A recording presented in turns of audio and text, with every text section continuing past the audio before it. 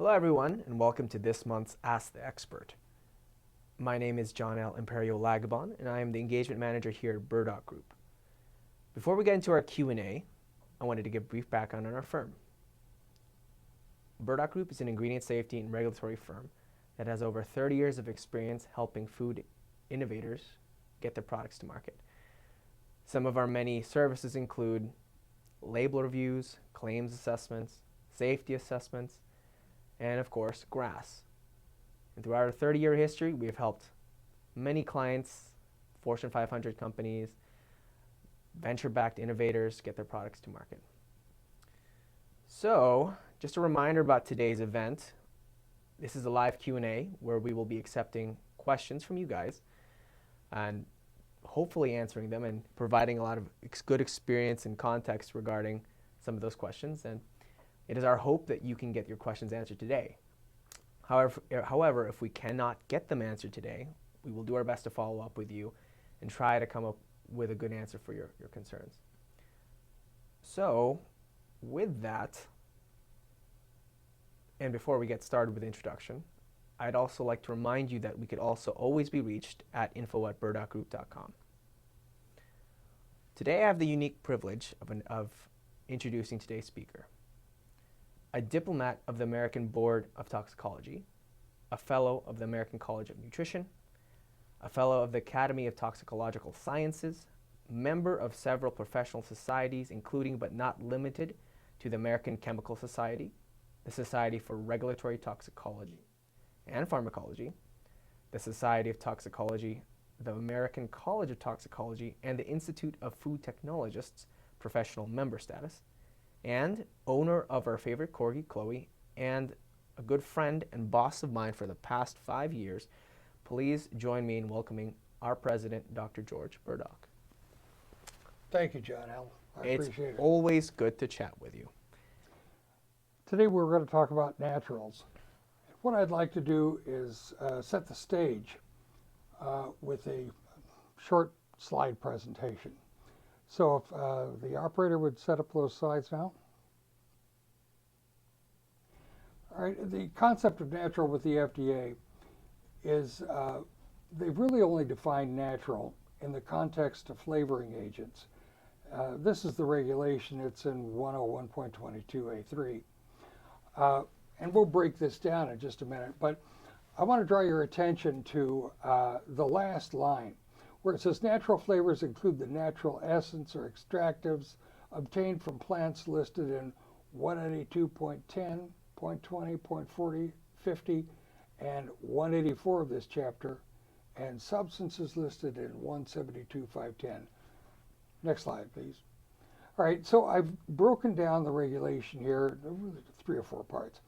So the term natural flavor or natural flavoring means the essential oil, oleoresin, essence, or extractive, or any product of roasting, heating, or enzymolysis from spice, fruit or fruit juice, vegetable juice, edible yeast, herb bark, and so on. And it includes meat, seafood, poultry, eggs, dairy products, and fermentation products thereof, whose significant function, that is, the extract, is flavoring rather than nutritional. So if you're extracting to get nutritional benefit, you'll be outside of the regulation. It can only be used as a flavoring ingredient. Some strict rules apply here. If you look in 101.22 L Roman 2, small Roman 2, they'll say something to the effect that, well, and it says exactly here, natural flavor used in food is derived from a product whose flavor is simulated, that is, if it is simulated, it has to say artificially flavored. So if you had a cinnamon flavor, and it's not from cinnamon bark itself, or an extract of cinnamon bark, the people over at the Dietary Supplement Division of FDA has said that addition of cinnamic acid or cinnamaldehyde, even though it's artificial, is okay. You can still call it natural. The same standard applies for colors. If the color is not characteristic of the product, a statement must be made to the effect that color was added. The exception here is chocolate milk. Milk is expected to be white, and if you add chocolate to it to get chocolate milk, you don't have to say that it's artificially colored. But the exception here is lemonade. Lemonade is normally a yellow color, but if you add beet juice to make it pink lemonade, you have to state on the label that it's an artificial color. All right, FDA is sort of elusive about what the concept of a natural is or the meaning of a natural. They'll say something to the effect that it's natural as long as there's no added color, artificial flavor, or synthetic substance. All right, so some general questions, the ones you get all the time. All right, can you make ethanol, that is drinkable alcohol, from natural gas? Well, the gas is natural. It comes out of the ground. It's been generated over millennia from algae, probably. But that doesn't make it natural enough such that it can be converted to ethanol and still be called natural. Plus, there's some chemical processes going on here that would turn one natural substance, natural gas, into a synthetic substance. Here, this would be ethanol. Now, vanilla is a different story. Vanilla is usually produced by an alcohol extraction of vanilla beans, and there's some very specific instructions on how this process takes place. But it could also be made from wood lignin, and they call this vanillin, a different spelling than vanilla, an I-N on the end of the word in place of the A. But again, as I understand it, the dietary supplement people have said that, well, vanillin's been around for so long, we can consider that natural. How about vanilla produced by fermentation? Nope. This is still a processed substance as indicated by the little factory at the top of the column. How about processed flavors? Well, these are chicken or beef flavors produced from acid hydrolysis of plant material. All right, this was started in the Netherlands right after World War II for reasons we won't get into here, but this fits the regulation on flavors that could be considered natural. Foods like canola, papaya, corn, and even salmon are actually GMOs. They're genetically modified organisms, each of which was threatened by a different predator, at least corn was, and certainly papaya. Canola oil contained erucic acid, which can be toxic, and erucic acid was produced when it was called rape. A lot of rape is grown in China and Europe. Not particularly a desirable name, but once it went under the genetically modified, or the genetic modification, it became canola oil, named after Canada. We discussed pink lemonade earlier and chocolate milk. All right, what's natural in the EU? The EU says essentially, if you're taking something from a food, then it can be considered natural. But food cannot include feed live animals, plants, prior to harvesting. So if it's unripe, essentially, or if the animal is still live and not ready for harvesting, that's not considered food. There's been some court cases that have different outcome in the States, but we're still talking about the EU. Naturally, medicinal products, cosmetics, tobacco products cannot be considered food, and any drugs, residues, or contaminants. All right, how does Codex define natural? Well, again, they start talking about foods. It has to be from a natural origin, and more like the U.S. definition than the European definition. Right, our natural safe, apologies to Edward Mooncare, but the problem here, or one of the problems, is that there's a difficulty with mistaken identities. These are three different types of cohosh. They're all from different genera, but they look remarkably the same. But when they're not together and compared, you couldn't tell which is which. And let's face it, when the people are out there in the woods picking wild plants, they don't have PhDs in botany, and plus the fact they get paid on the weight of that sack.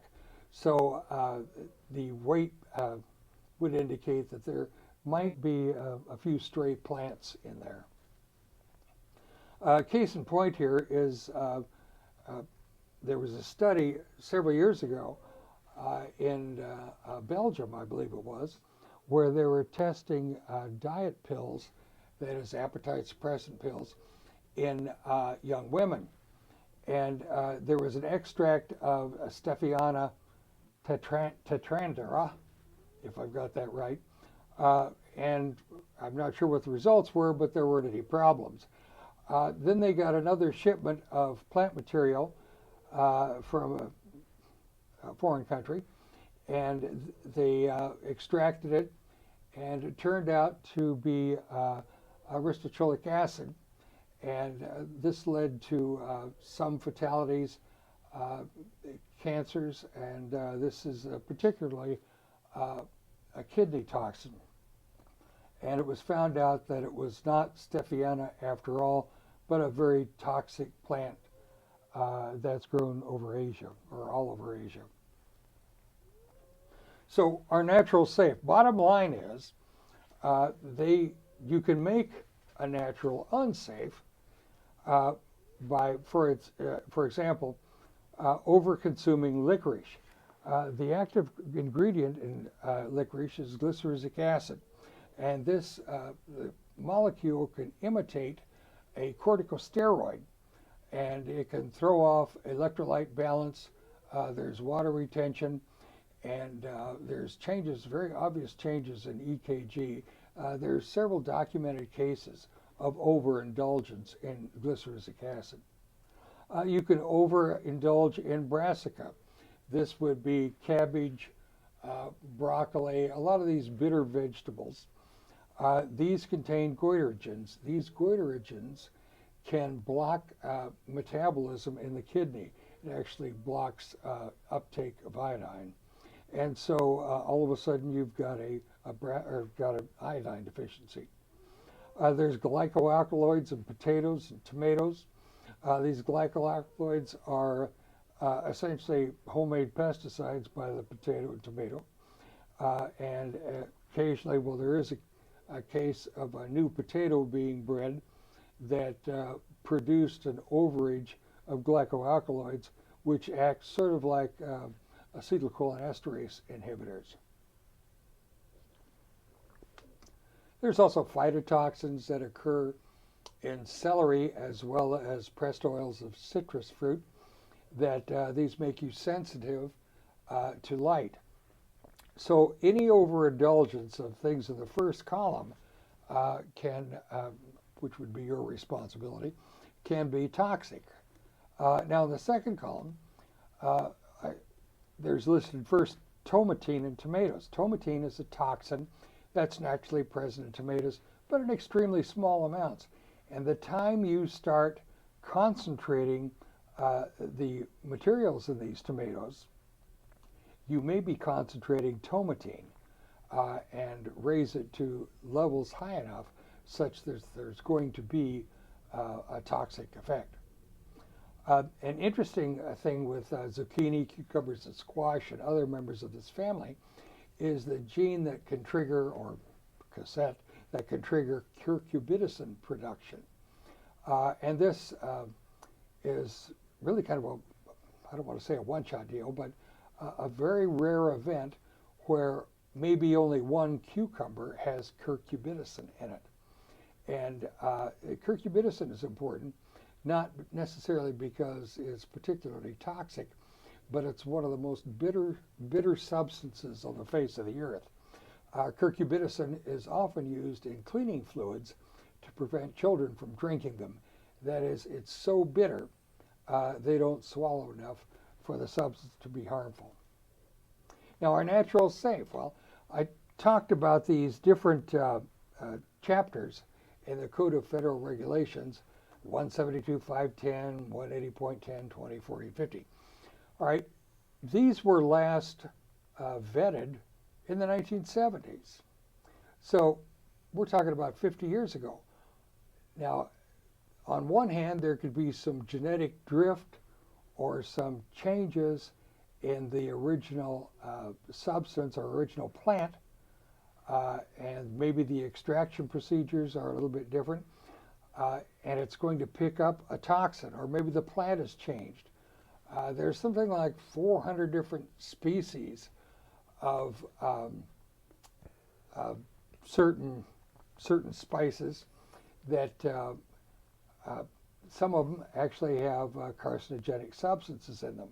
So which species or subspecies are you talking about? In these 400 different, it's actually 400 different species of sage. Sage grows all over the world. Some have at least a small amount of toxin. There's a couple of different ones, but in any event, if you're there may be a particular cultivar that has a high level of this toxin, and that if you start extracting it, you may be concentrating that particular toxic entity. All right, so what's influencing all of this? I hinted about it earlier, but you're probably better off with a commercially grown natural substance or plant rather than a wild botanical source, because not only can the plant change, and there's genetic drift, different requirements by the plant, like producing a particular pesticide, or there may be something in the soil, a nutrient, that causes the proliferation of a fairly toxic substance. There's various varieties and cultivars that can produce different combinations of substances. We'll get into this a little bit later. But just even the geographical location of growing on one side of the mountain versus the other is going to give a different amount of sunlight. The soil and nutrients are going to be different. Moisture, pests, and pesticides are going to be different. And this is going to give you a little bit of a different ratio of these substances. And who knows, maybe something unusual might show up. Now, there's also influences as pertains to harvesting time. Plants are very dynamic. Even though a plant is cut down, it still is metabolizing.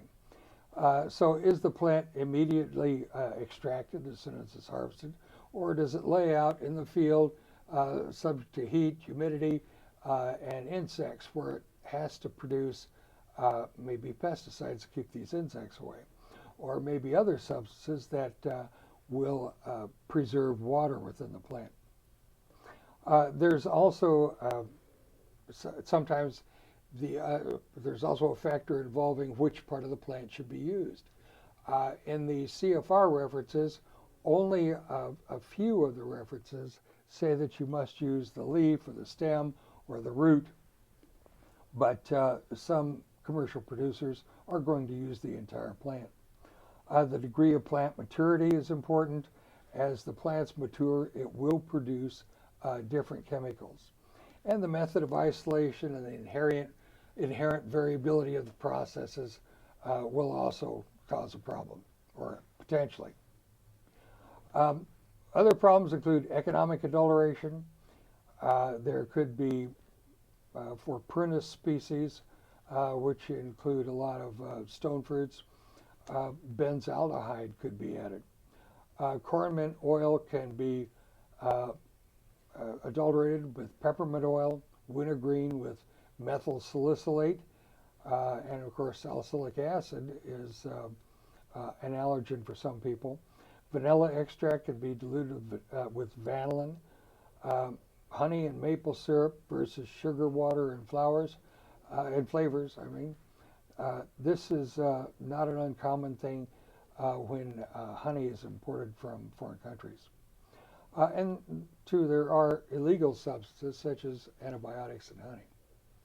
Now, if we're looking at naturals, and we see this bar as a theoretical 100% say an essential oil, we see that like probably 85% of the volume is composed of constituents that are very common to probably anything in this species, and a lot of the varieties as well. Because not all of these things may have to do with a particular flavor of a substance, but some of these terpenes, for example, could be pesticidal, have pesticidal activity as well. Now, 10 to 12% of the volume, and these are all relative numbers, of course, are constituents characteristic of a particular variety or source.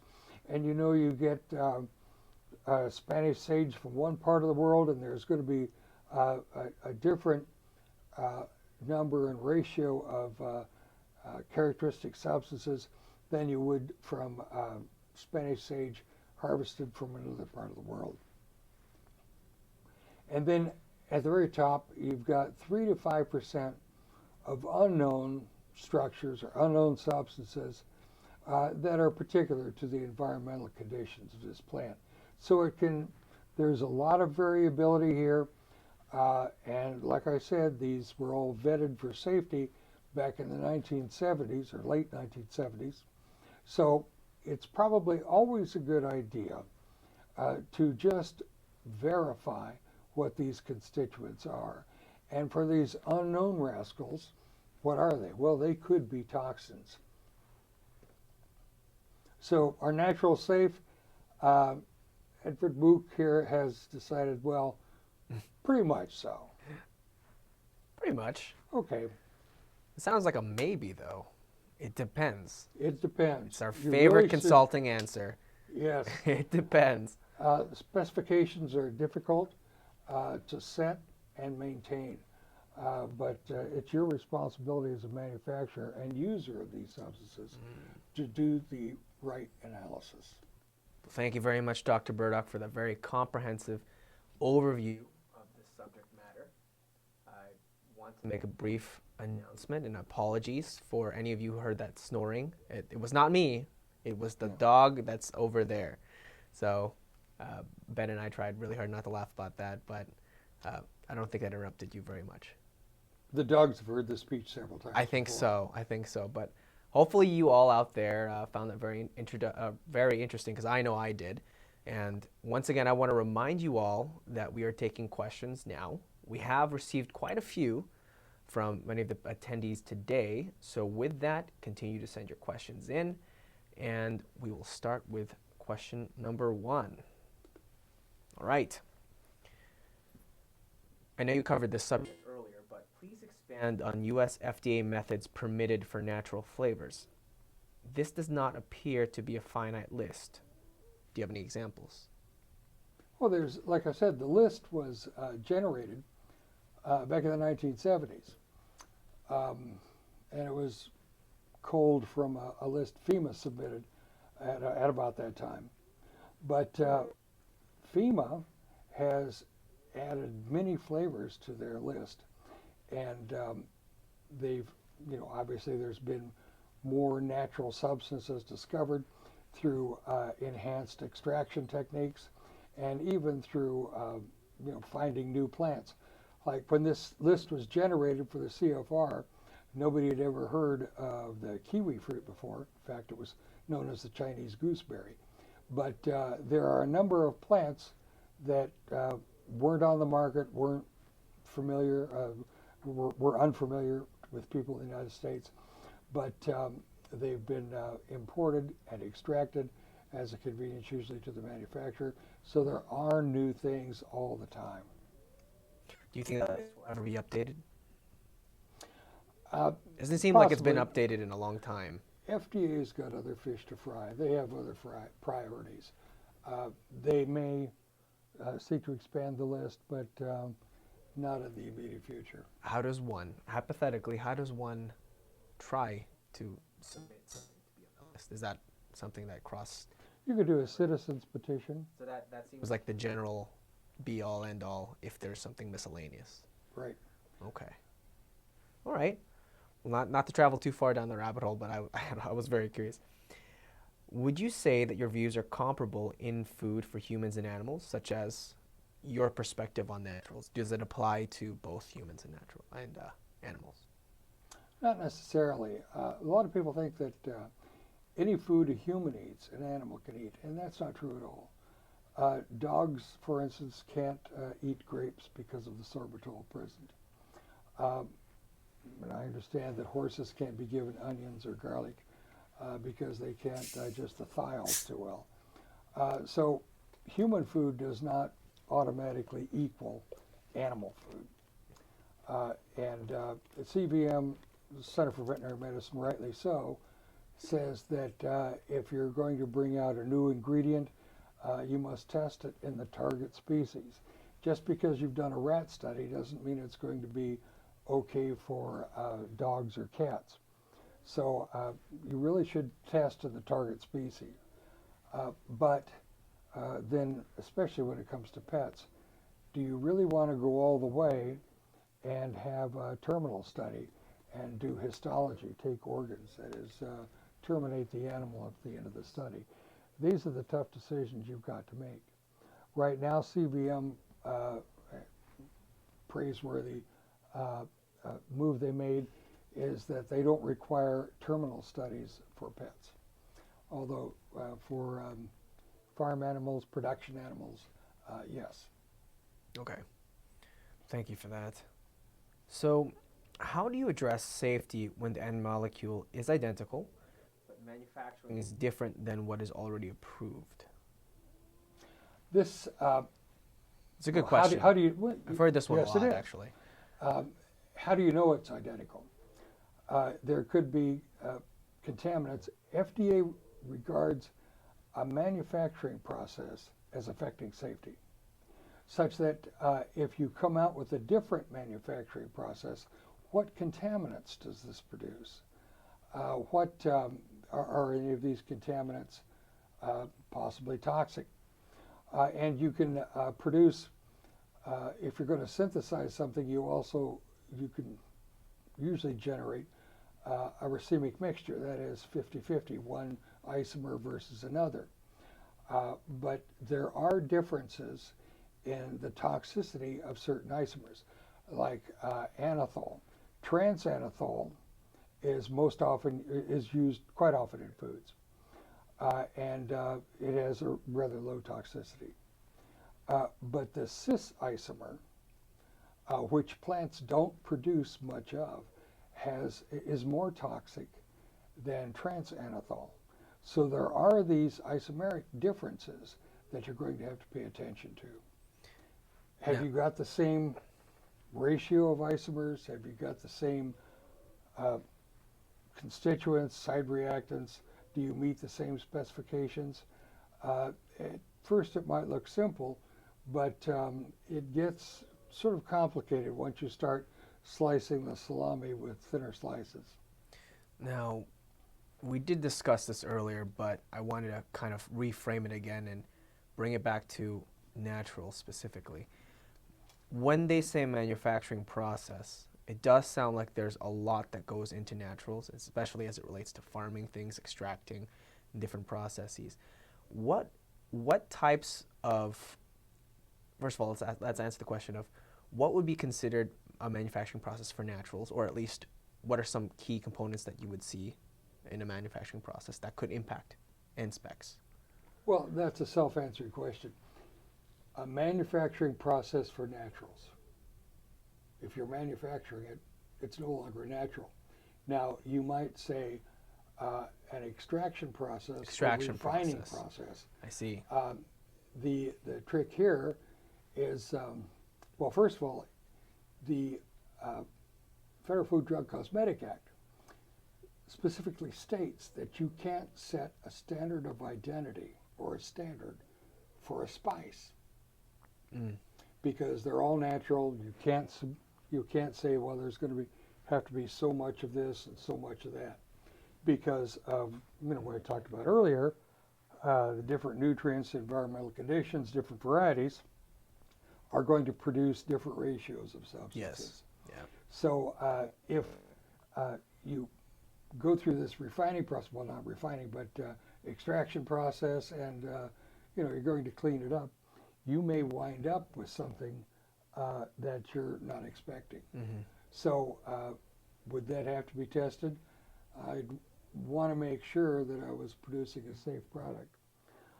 It's in section 401, I believe it is, or 409, that it says essentially that if a toxin is present in a food, it's essentially okay, otherwise it wouldn't have been called a food. But if you do anything to that food, you, quote, may have rendered, that is, you've concentrated maybe tomatine out of a tomato. You may have concentrated a toxic substance. Mm-hmm. In this case, you may have rendered a perfectly harmless substance toxic. Okay. And would you say, going back to the sourcing also, like just going back further, would a manufacturer be responsible, or should they be responsible for variations in like the sources? For instance, because you mentioned that sources, that there could be variance in things that are harvested. Is that, I could imagine that being a safety concern, but would the end manufacturer be liable for that? Would that be the responsibility to ensure that variances do not happen when they're extracting something? Well, they can set some general specifications, Mm. and if they do their research, they may find that maybe two different types of toxins are known to be produced Mm-hmm. in this particular genus. So they can set specifications for characterizing ingredients and so on. But maybe they should also have some tests specific for the toxin Mm-hmm. that this plant may produce. Yeah. So if they have general specifications, and they can't be too wide, but that will characterize the ingredient. But they might have to have specific assays for specific substances that may be toxic. Understood. Yeah, it seems like there's a lot of variables that can impact the final spec of, especially of a natural. It's not a closed system. It's pretty open. So, moving on. Now, that was an excellent question, but biosynthetic ingredients, where do they fit on the spectrum? And by spectrum, I think they're talking about naturals. So, when I hear biosynthetic, I have thoughts, but I'd like to hear your thoughts on that. Well, that's a tough question. I'm not really sure what biosynthetic means. Let's define that. If you mean something like taking vanilla and whacking off that methyl group and putting on an ethyl group, you've changed the character of the substance. Where vanilla is a natural, and it's it's a flavoring ingredient, obviously, but you can change it by making it ethyl vanillin in theory, and ethyl vanillin is 2 or 3 times more potent in flavor than is vanilla. So you change the molecule, and maybe this is your idea of biosynthesis, but you change the molecule such that it's no longer characteristic of the original natural substance. So you would say that is not considered natural at that point? There's no way. Yes. Okay. I hope that answers your question. I think that answers my question. If I had this question, I think it would be safe to say that it's altered enough to the point that it's not considered natural anymore. Yes. Okay. All right. A few more questions, actually. Thank you so much, everybody, for continuing to submit questions. let's start with this one. The submitter says, thank you for the presentation. One of the things that he has is, let me just read it for you. These data support the need for very good specifications, testing, and knowing your source. But this costs money, and many companies just seek lowest cost. What is your recommendations for manufacturers to find the safe balance? I think a good way to find a safe balance, or what that could mean, is there a list of priorities in trying to find good specifications, testing, and knowing your source? Is there a highest priority? I think that would probably be for naturals. The safety of my customers would be my highest priority. There's really no way you can cut corners. There's maybe some trade-offs, but what does saving a few dollars a ton compared to a $25 million lawsuit? I would make safety my primary concern. I would look at my specifications quite closely. I'd want to know all about this natural ingredient. Does this plant produce bad actors? Does the extraction methodology produce bad actors? If you do a lot of testing up front, knowing the background of the natural ingredient, you're going to find where the potholes are, where the real problems are. And when you know that, you could decide, well, am I going to test for this specific toxin? You could say, well, my research shows that this specific toxin never occurs in a plant that comes from a particular continent. And so that would be a cost saving there. But I would do every once in a while, on every 10th truckload or something, or whatever, that to make sure that substance was not there. There's ways you can go about rational testing, and you're being smart about it. But you can't test everything that comes through the factory gate, and you can't run every test on every animal test or in vitro test. You've got to pick and choose, and that's why you need a consultant. Send that questioner a set of steak knives. So it depends. But I think that the takeaway from that is that you should be able to invest in some basic testing regimen to ensure the quality standards, to make sure that there's, I guess, not a toxic dose of a toxin within the product. Well, it's like...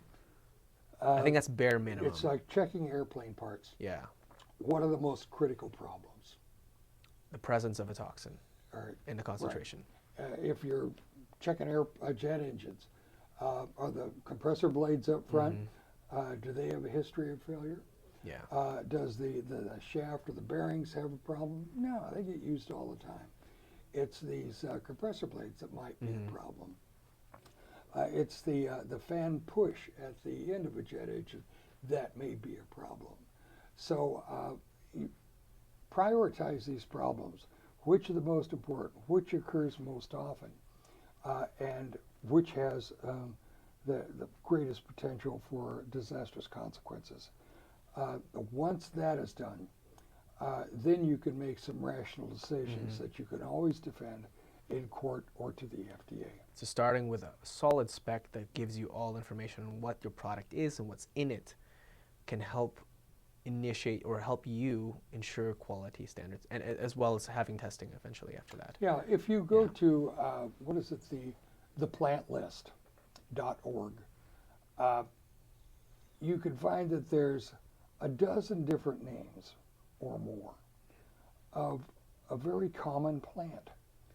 And somebody may be telling you that, well, this is the plant. It has a name that you're not familiar with, but here, this is the name of this plant. I'd want to make sure that that plant was really with the same as the one you want, and not a relative that may be from somewhere else that carries potentially a bad actor. Sounds good. Now, this is kind of a general question that I think we can all answer, and I think it's a pretty straightforward one. Thank you for the interesting presentation. Would you be able to share the slides, and will the replay of this webinar be available? Answer is yes, and we should be able to get that to you shortly. I think after the call. Are there any royalties involved? Oh, all the time. Okay, moving down. Thank you very much for the presentation. Would you say that if a plant is listed as grass without indicating a specific species and or plant part, a food could be considered adulterated for the presence of an unsafe food additive because a specific species or a part of the plant is not generally considered safe? In theory, grass status is automatically lost if there is no consensus in the scientific community regarding the safety of that ingredient. It was a very long question. Do you want me to repeat it? Well, the first part of the question I think had to do with identifying the natural, right? Mm-hmm. So if you've, well, there's a labeling exemption for flavors that because the flavoring people who were very smart and got on the wagon with FDA very early in this process, that you don't have to name, you don't have to put out the entire list of flavor ingredients on the label. Flavor may have anywhere from 1 to 200 different ingredients. Usually it's quite a bit less than that, probably 10 or so. But if you start putting all these lists on the chemical, if you've got a small a food or container, you're going to run out of room pretty quick. So there's the flavor label exemption. But if you're going to the trouble of buying a natural and vetting it and everything else, I think you'd want to mention the fact that the natural is present. Otherwise, you've essentially wasted money on buying a particular substance. I want to go back to this question. I think you addressed it, but I think this question, this is a very specific detail that I did not convey. This asker is essentially asking if they do not specify the specific part of the plant, let's say the leaf, and or genus of where the extract is extracted from, is that going to be a problem for their grass? Would that be an issue? Would that preclude it from becoming grass or cause problems down the road if they were not specific with it? For instance, they just call it X, Y, and Z extract. Answer is yes. Okay. You can have a problem. The list in 18210, which has all this list of all these spices, all these plants, very few of these plants does it designate that it's got to be a leaf or a nut or a stem or a root. And commercial interests will, of course, want to take the entire plant because that's going to possibly give them more extract. But it could be that only a certain type of extract from, say, a root is known to be safe. So you're going to have to do your research, or you can call your local consultant and find out what's in that and what's in that plant. Are there any differences between? Would you wake up that dog? Okay. Thank you. Chloe, wake up. Sorry, we have a dog. Is that hiccups? Yeah. It Well, sounded she was like having hiccups. a bad dream. Oh, okay. I think she's awake. This is our chief inspiration Hello. officer, asleep on the job as usual. But in any event, you want to make sure that the natural that you want to add, and it's probably going to be very specific chemical. Where is it most likely to be in the leaf, stem, or root? And I'd want to make sure that if it's, doing my research, is there a bad actor that's in the root? Is there the bad actor in the leaf as opposed to somewhere else in the plant? When I was in graduate school, it was in a pharmacy school. They had a law enforcement assistance grant, and it was in Mississippi where they raise all the marijuana plants. And it turns out that THC in marijuana moves around a lot. That marijuana plants, like every other plant in the world, is very dynamic. And more of the THC moves up to the buds at about 3 in the morning. So that's when they would harvest to get the greatest amount of THC. Now, maybe this has been proven wrong, but it started me to thinking about, gee, where do these chemicals go in the plant? And why do some people use a root as opposed to a leaf? Another factor is that the maturity of the plant is going to affect it. I just completed a paper on Nigella sativa, which is a little seed used on Indian bread, or Indian challah bread, yeah. That different stages of the maturation of that seed are going to have different constituents, at least to the volatile part, where the essential oils are. That at one stage it may peak for one substance, but then later on a totally different substance peaks. So knowing the maturity of the plant or of the source is also a factor. Would they have to list that on the grass as part of their specification or manufacturing process? If it would make a significant difference in the character, sounds like it could, of the substance. It could. It could. Okay. Well, I hope that answers your question. Okay. Another question. Man, everyone's very complimentary today. Well done. Well done, Dr. Burdock. It is true that the US FDA natural flavor definition in 21 CFR 101.22A Part 3 had a lot of processes, but it is not a finite list. FDA counsel Peter Barton-Hutt, retired from Covington and Burling, said himself, they wanted the definition broad to make it timeless, envisioning future technology not yet known in 1974. EU, on the other hand, is much more limiting, and the current codex definition is the same as EU. So I cannot use synthetic catalysts there as I can in US FDA naturals. As well, FDA natural does not have to exist in nature. Only the starting materials and the process must be natural. In EU, my end molecule must exist in nature in addition to starting the compounds and process. Sounds more like a statement, but do you have any thoughts on that? Well, first of all, Peter Barton-Hutt, great role model. I know you guys go way back. Oh yeah. Way he's back. in his 80s though, so. But he's an old man. Brilliant person. But in any event, the EU, well, first of all, the FDA is interested in end product. What is the end product that's going to be put into food?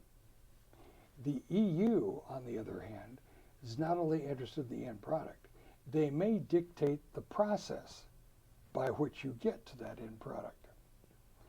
I worked on a project several years ago with reaction flavors, and the EU was dictating temperatures and hold times at certain temperatures. We knew that if a certain level of temperature was exceeded, you'd wind up with some bad actors in the mixture. So the EU said, all right, you can't go above this certain level of temperature, and you couldn't go beyond this certain time at this temperature. The FDA, on the other hand, says, do what you want, but make sure the end product is safe. And you know, your specifications require that it be free of mutagens and carcinogens and so on. So the FDA approach, I think, is much more pragmatic than the EU approach here, because really there's no way you can control a process 100%. Sounds good. All right, follow up to agriculture manufacturing process. as a farmer producer, the process starts with planting the right plant of known provenance. We follow good agricultural collection practice, and this person is, I think this person is located in Australia. So if that provides context, I hope that helps. And then assure quality of production through to and including security of products in final packaging. This includes a full GC and toxins, pesticides, and heavy metals testing on every batch. This comes back to my point on cost versus safety in the prior question. This was actually the first question we discussed, about finding levels or priorities. So it sounds like they're just responding to your response, which is giving you kind of an idea of what they have done. Yep. Whatever you're going to do, first of all, for any business to continue to exist, there's got to be a return on investment. But you've got to consider the factors going into that return. Well, you've got to produce a safe product. That's got to be your first priority.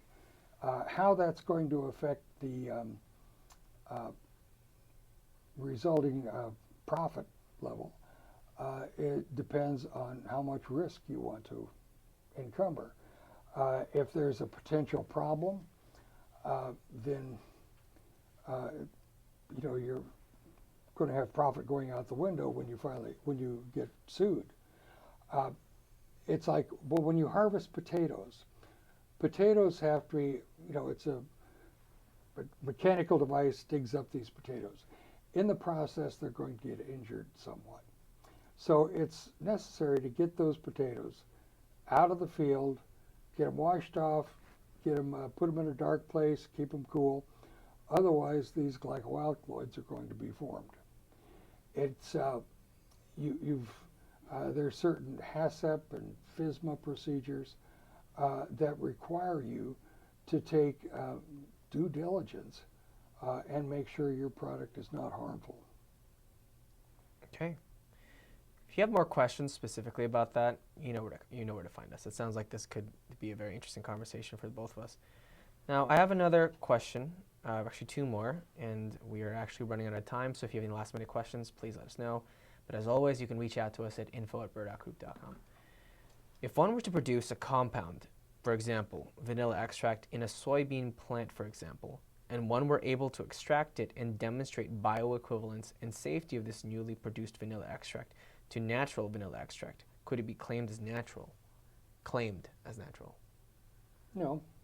Okay. Because it's a GMO, and FDA doesn't consider GMO products to be natural.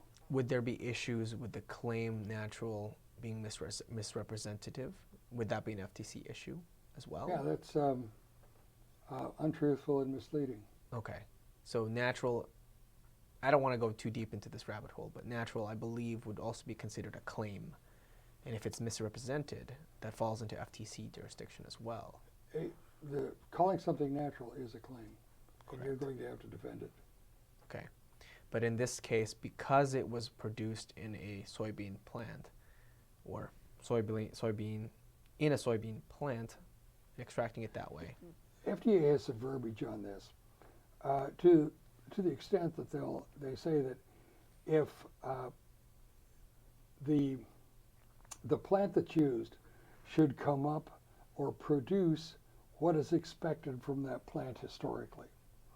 And if you've got a soybean plant that produces vanilla, obviously it's a genetically modified organism, and it's not going to be considered natural. If it produced, say, more lecithin, which can be produced by soybeans, that would be considered natural. If it was a product for crossbreeding as opposed to a genetically modified organism. There are so many ways I could take this question about what's considered GMO or not because of the technologies that I've seen, but I think we'll leave it there. I have one more question, and this is from Rachel down the hall, who asks very good questions if you haven't noticed already. Is every botanical automatically considered a natural? If not, what would be the criteria for a botanical being considered a natural? The EU has a little bit better definition of this.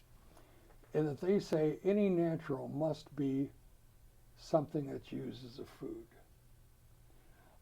FDA has a list of naturals. Spices are really not considered foods per se, but they're considered naturals. Now, an example I've had for a long time is that resveratrol originally came out as a product of winemaking, a byproduct of winemaking. But the demand for resveratrol was so great, and has been so great, that the resveratrol available from wine supply just, or demand outstripped supply. So now most resveratrol comes from the root of the Japanese knotweed. And it may be natural, but is it what people expect? Do people always expect or even know that it should come from grapes, fermented grapes, or grapes? Do they know it comes from Japanese knotweed? Plus the fact, what are the toxins that are in Japanese knotweed? If somebody extracts the Japanese knotweed, what else is in there? This is what gets, you could, under U.S. rules, you could call it a natural. But what else is in there? You may have a toxic substance in there. Okay, we actually do have time for one more brief question. I know we reference a lot of U.S. and EU perspectives on naturals. Is there any other regulatory bodies out there or opinions that you're aware of that could be influential in industry creating an opinion on what natural is? Japanese regulations are usually pretty interesting. I don't know what their definition of natural is. The Chinese have a different take on things. Different cultures are going to look at things differently, and the EU looks on this a little bit differently than the U.S. does. It would be interesting to see the Japanese and Chinese regulations on this. Okay, because I think in a global marketplace, everyone's trying to figure out how can I position my product in a way that meets everyone's definition of natural. There's no such thing as a domestic company anymore. Not anymore, especially in food. Now, I do think if there's no more questions, I think we're good. Okay. Thank you so much, Dr. Burdock. Glad to do it, Johnel. Thanks a lot. Hope you didn't find my questions too pesky. I know that Ray That's all right. Ray oftentimes gives me these looks when I try to push the The boundaries. Ray look could be The Ray look. yeah, Johnel, stop it. fatal. And I'd like to thank the dogs for not barking. Yes, and we'd like to thank you all for joining us today. Joining Dr. Burdock, myself, Chloe, and Tootsie. She heard her name. But thank you so much for everyone for joining us. I do have a couple reminders for everybody. Oh, there they are. Do you want to introduce them briefly, real quick? This is Tootsie. She's a cross between a dachshund and a poodle. Has the bad characteristics of both. And the other one is Chloe. Both of which snored at different points of our presentation. But anyway, thank you all very much. Thank you for the good questions. You know where to find us. We're at info@burdockgroup.com. We like to do these events very often, but if you have suggestions, please let us know. And once again, we will be having a survey that you'll be receiving about this event that you can provide your comments about, and so that we can continue to improve and continue catering content that best suits you. With that, thank you very much once again. Thank you, Dr. Burdock, and have a wonderful day and weekend. Thanks.